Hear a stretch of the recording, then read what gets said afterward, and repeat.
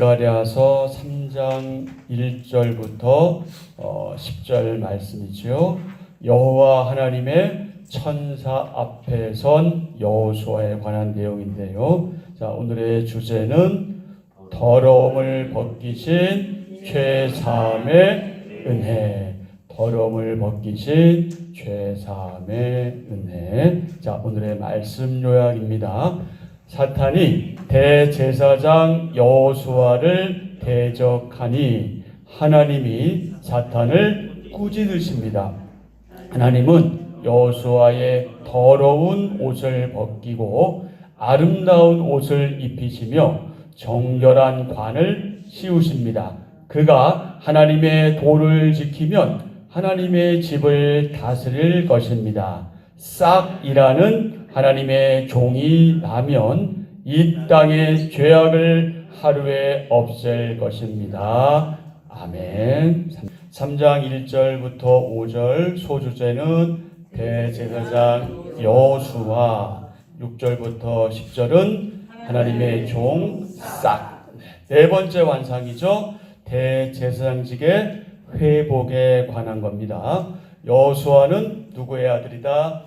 여호사닥의 아들이다. 누구의 손자다? 스라야의 손자다. 스라야의 손자입니다. 대제사장 스라야는 예루살렘이 함락되던 날에 사로잡혀 죽임당했으며 여호사닥은 바벨론의 포로로 끌려갔습니다. 그러니 자연스럽게 여호수아는 어디에서 태어났겠어요? 바벨론에서 태어났겠죠. 바벨론에서 태어난 여호수아는 귀한 공동체의 대제사장이 되었습니다. 여기서 귀한이라고 하는 것은 고향으로 돌아오는 것, 즉 예루살렘으로 돌아오는 공동체, 포로에서 해방되어서 돌아오는 귀한 공동체를 가리키지요. 자, 대제사장 여호수아. 이때 여호수아는 모세의 종 여호수아가 아닙니다. 다른 여호수아인데요. 수르바벨과 함께 유대 민족을 인도한 대표적인 지도자 여호수아를 말합니다. 여호수아의 이름의 뜻이 무엇인지 기억하시지요? 여호수아. 여호와는 구원이시다. 아멘. 아멘. 여호와는 구원이시다. 이 여호수아의 다른 이름은 예수아. 예수와 여호수아 같은 이름입니다. 예수아도 역시 여호와는 구원이시다. 자, 이 이름이 신약 시대 누구의 이름? 예수님의 이름. 예수의 이름 뜻이 뭐예요? 자기 백성을 저희 죄에서 구원할 자. 한마디로 말해서 구원자잖아요. 그러니까 이 여호수아, 예수아는 예수님의 예표인 것이죠. 여러분 아시는 것처럼 모세의 종 여호수아도 마찬가지고 여호수아의 다른 이름은 무엇입니까? 호세아잖아요. 호세아. 그리고 그 유명한 선지자 이사야. 이 사람들 공통적인 게 다 구원과 관련된 이름들이에요. 다 장차 오실 메시아 그리스도 예수님을 예표한 이름이지요. 여호수아는 대제사장 가문 출신으로서 바벨론에서 태어났고요. 포로들을 이끌고 이제 유다로 돌아왔습니다. 그러나 여호수아가 이 대제사장직을 수행할 수 있는지, 더 나아가서 심판받고 버림받은 이스라엘에게 이 대제사장직의 존재가 어떤 의미를 갖는지 누구에 의해서? 사탄에 의해서 의문이 제기되었죠. 그러자 하나님께서는 여호수아의 더러운 옷을 벗기시고 그에게 아름다운 옷을 입히시며 정결한 관을 씌우십니다. 이것은 무엇을 약속하신 것이다? 대제사장직을 인정하심과 동시에 이스라엘의 회복을 약속하신 것이다. 자, 2절에 보면은 어떤 표현이 나옵니까? 불에서 꺼낸 어떤 나무? 그슬린 나무. 자, 대제사장 여호수아로 대표되는 이스라엘 백성들을 비유합니다. 이 비슷한 표현이 있는데 아모스에 의하면 불 붙는 가운데 빼낸 나무 조각, 이런 표현이 있어요. 이것은 이스라엘을 향한 하나님의 심판에서 살아남은 자들을 의미합니다.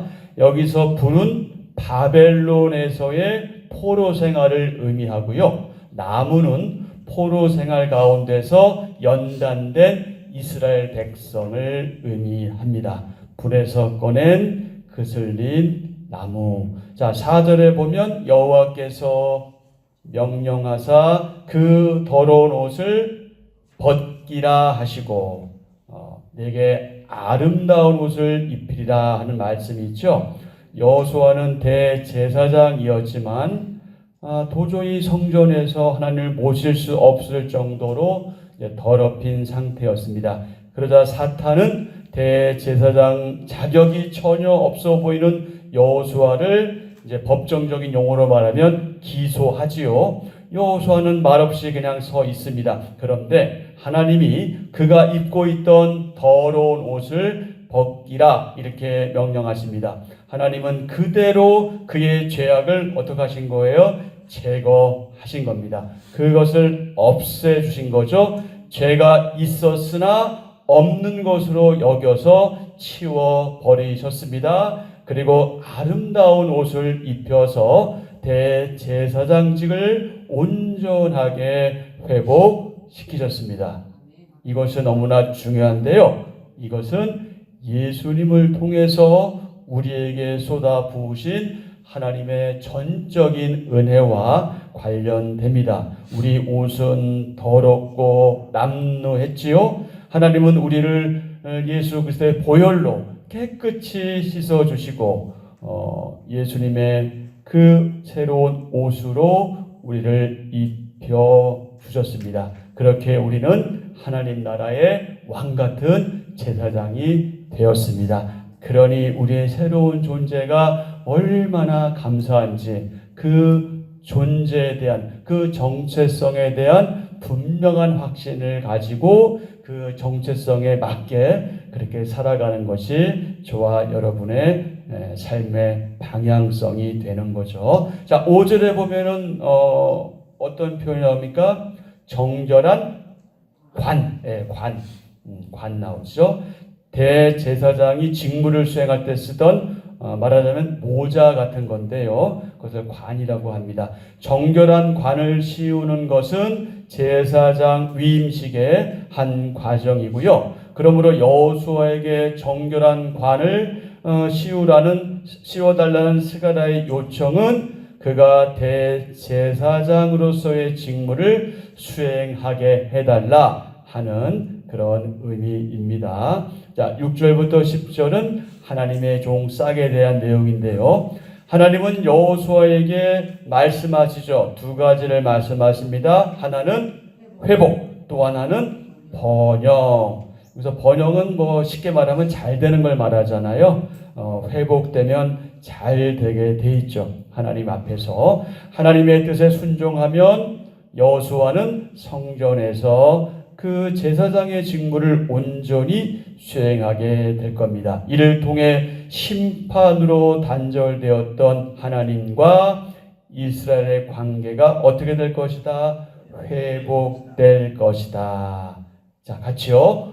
온전한 회복은 하나님의 종 싹으로 표현된 메시아를 통해 이루어질 것입니다. 아멘. 자, 8절이요.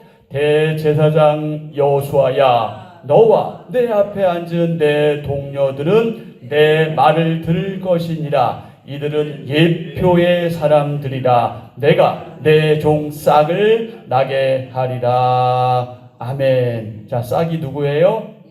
하나님의 종인 메시아 그리스도 예수님을 의미합니다. 그래서 여러분, 항상 신약 성경과 구약 성경은 짝을 이루고 있고, 이미 특별히 예수 그리스도와 관련돼서는 이미 구약 성경에서 계속 예언하셨고, 그리고 예표된 그런 인물임을 우리는 분명히 확인하게 됩니다. 하나님의 종 메시아 그리스도 예수님을 의미합니다. 바로 온전한 회복은 누구를 통해서 이루어진다? 예수님을 통해서 이루어진다. 그리고 우리 가운데는 이미 어떻게 된 거예요? 이루어진 거죠. 과거의 사건이에요. 그 과거의 사건이 우리에게 영향을 미쳐서 계속해서 우리가 그 영향권 안에 있고, 우리는 그래서 또 다시 오실 재림의 주님 그분을 기다리고 사모하며 그렇게 바로 여기에서 살아가는 거죠. 소망이 없어 보이는 상황에서도 하나님은 그분의 백성을 회복시키기 위해 일하고 계십니다. 일곱 눈으로 두루 살피시고 돌에 새기듯 그들의 마음에 새겨 뭐 하신다? 기억하신다. 여기서 기억하신다는 말은 우리가 이해하기 쉽도록 표현한 내용이에요. 자, 그런데 중요한 내용이긴 하죠. 기억한다는, 늘 마음에 두고 있다는 표현과도 같잖아요. 자, 9절. 만군의 여호와가 말하노라. 내가 너 여호수아 앞에 세운 돌을 보라. 한 돌에 일곱 눈이 있느니라. 내가 거기에 새길 것을 새기며 이 땅의 죄악을 하루에 제거하리라. 아멘. 한 돌에 일곱 눈이 상징하는 것은 무엇이냐면요. 돌은 성전의 기초석이죠. 모퉁이 돌이죠. 이것을 가리키고요. 즉 메시아를 상징합니다. 모퉁이 돌에 대한 사도행전 4장 11절 말씀이죠. 성전의 기초석이나 모퉁이 돌. 일곱 눈은 교회와 성도를 향한 완전한 하나님의 보살핌을 상징합니다. 여러분 성경을 보게 되면 그 7이라는 숫자 나오잖아요. 일곱. 이 7이라는 숫자는 완전함이나 거룩함을 상징합니다. 그래서 일곱 눈은 교회와 성도를 향한 하나님의 완전한 보살핌을 의미합니다. 포도나무와 무화과 나무는 무엇을 상징한다? 풍요와 번영을 상징한다. 10절입니다. 만군의 여호와가 말하노라. 그날에 너희가 각각 포도나무와 무화과 나무 아래로 서로 초대하리라 하셨느니라. 아멘. 아멘. 희망적인 말씀이죠. 소망의 말씀이죠. 기대하게 하는 말씀이죠. 다 같이요. 회복의 날에는 모두가 하나님의 풍성한 은혜를 누릴 것입니다. 아멘. 그런데 이것은 구약 시대에 있었던 사건의 기록이잖아요. 근데 우리는 이미 그 단계를 넘어선 사람들이에요. 하나님의 은혜를 누리고 있는 사람들이에요. 그러니 그 은혜가 얼마나 감사합니까? 자, 오늘 우리가 묵상해야 될 묵상 질문 두 가지입니다. 하나님 사랑을 의심하게 하는 사탄의 정죄, 우리는, 저와 여러분은 어떻게 반응해야 하는지. 두 번째, 내게 필요한 회복은 무엇이며 하나님은 나를 위해서 어떤 일을 하고 계시는지, 이 질문에 대해서 깊이 묵상하는 하루가 되었으면 좋겠습니다. 하나님은 그분의 심판을 생각하고 은혜의 옷을 입으며 죄를 멀리하는 사람을 사용하십니다. 대제사장 여호수아가 이스라엘 백성을 대표해서 죄 용서를 받고 새로운 시대에 대한 약속을 받습니다. 하나님은 죄로 더럽혀진 백성을 깨끗하게 하시는 주권자이십니다. 하나님은 구약 시대부터 지속적으로 계속해서 메시아 그리스도의 출현에 대해서 예고하셨습니다. 오늘 중요한 말씀 우리 한번 같이 하실까요? 하나님께서 쓰시는 사람, 하나님께서 사용하시는 사람, 그 사람이 누구? 여러분, 저와 여러분, 우리입니다. 스가랴는 여호와께서 대제사장 여호수아에게 아름다운 옷을 입히시고 정결한 관을 씌우시는 환상을 보지요. 1절에서 3절 여호수아가 재판을 받지요. 하나님은 죄악에 빠져 영원히 죽었던 저와 여러분 우리를 내버려 두지 않으시고 구원해 주셨습니다. 하나님의 심판을 기억하며 근신하는 자가 쓰임 받습니다. 4절부터 7절 여호수아가 사면받고 사명 역할을 부여받지요. 하나님의 보좌로 나아가기 위해서는 먼저 하나님께 죄를 용서받아야 합니다. 그리스도의 의를 예수 그리스도의 의를 덧입는 자가 하나님께 쓰임 받습니다. 마지막으로 8절, 9절, 10절 새 시대에 대한 예언이죠. 우리는 새 시대를 살아가는 성도들로서 예수님 안에 거할 때 그야말로 풍요롭고 평화로운 삶을 누릴 수 있습니다. 우리가 되게 풍요롭다 할 때는 물질적인 거, 경제적인 거, 한마디로 돈을 생각하지만 그것이 필요 없다는 얘기가 아니라 우리는 돈으로 사는 사람이 아니라 하나님의 은혜로 살아가는 사람입니다. 그래서 주님 안에 있을 때 우리는 돈이 없어도 우리는 풍요롭고 돈이 없어도 가난해도 평화로울 수 있다는 거죠. 그게 믿음의 생활입니다. 하나님을 의식해서 죄를 짓지 않으려는, 범죄하지 않으려는 그런 사람이 하나님께 쓰임 받습니다. 바로 저와 여러분 같은 사람들이죠.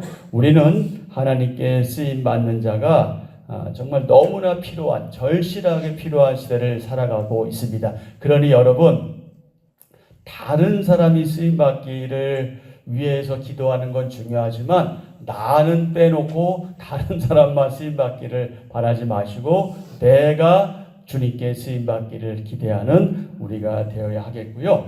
하나님께 쓰임 받기를 사모해서 우리가 기억해야 될 걸 하나님의 심판이 있음을 기억하고, 그리고 우리는 이미 그리스도의 의를 새롭게 덧입은 존재이며, 그리고 우리는 죄를 멀리하는 그런 성도의 삶을 살아가는 사실을 날마다 기억하며 그렇게 하나님과 동행하는 저와 여러분 되기를 기대하고 축복합니다.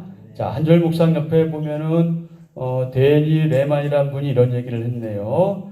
당신의 인생을 가장 현명하게 사용하는 방법은 온전히 주님께 드리는 것이다. 아멘. 자, 여기 당신을 나로 바꿔서 한번 해볼까요? 나의 인생을 가장 현명하게 사용하는 방법이 있다. 그것이 뭐다? 온전히 주님께 나를 드리는 것이다. 아멘. 한절 묵상입니다. 하나님은 죄인에게 긍휼을 베푸시는 분입니다. 대제사장 여호수아는 불에서 꺼낸 그슬린 나무처럼 더러운 옷을 입고 있습니다. 하나님은 죄로 더럽혀진 그의 옷을 벗기시고 아름다운 옷을 입히십니다. 이는 아담의 수치를 가리기 위해 하나님이 가죽옷을 입히신 장면, 제사를 탕진하고 돌아온 둘째 아들에게 아버지가 제일 좋은 옷을 입히는 장면을 연상시킵니다. 우리는 그리스도의 긍휼로 옛사람을 벗고 새 사람을 입은 은혜의 수혜자입니다. 아멘. 오늘의 기도 함께합니다. 하나님, 죄 많은 저를 향한 하나님의 뜻은 언제나 회복에 있음을 깨닫습니다. 심판과 고난의 시간이 밀려와도 제게 말씀하시는 하나님 앞에 항상 서 있게 하소서. 저를 손바닥에 새기시고 눈동자처럼 지키시는 사랑으로 다시 일어서 은혜에 응답하며 살아가게 하소서. 예수님의 이름으로 기도합니다. 아멘. 네, 오늘도 주신 말씀 또 기억하면서 기도하시고요. 우리가 늘 기도하는 기도의 제목처럼 교회를 위해서 기도하시고 특별히 환우들을 위해서 기도 부탁드립니다. 오늘은 특별히 우리가 늘 기도하는 그 기도 제목 관련해서 우리 김금덕 성도님 교통사고 당해서 지금 입원 중에 있고요. 아마도 오늘 수술 예정으로 되어 있는데 아마 그러기를, 그러니까 붓기가 좀 가라앉으면 한다고 했으니까 아마 오늘 하게 될지 정확히 모르겠는데 어찌 되었던 하나님께서 수술 잘 되게 역사하시기를 우리가 좀 간구했으면 좋겠습니다. 우리는 이미 그 예가 있잖아요. 우리 이민성 권사님 어찌 보면 참 절망적인 상태였잖아요. 뼈가 부스러지고 그런데 우리 볼 때 얼마나 이렇게 참 보기 좋아요. 그 역사를 하나님께서 다시 일으켜 주시기를 간절히 기도하면 좋겠고요. 그 외에 또 많은 또 하늘을 위해서 기도 부탁드리고 오늘 브리스가 야외에 있습니다. 비가 오면 못 가는 건가요? 아쉽네요. 어쨌든 브리스가 오늘 야외에 예정되어 있고요. 그리고 저하고 우리 이성호 장로님하고 우리 신년 장로님 오늘 노회에 참석하게 됩니다. 위해서 기도 부탁드리고 나라를 위해서 기도해 주시고요. 또 여러분 개인의 간구를 아뢰시고 오늘 하루 일정 시작하면 좋겠습니다.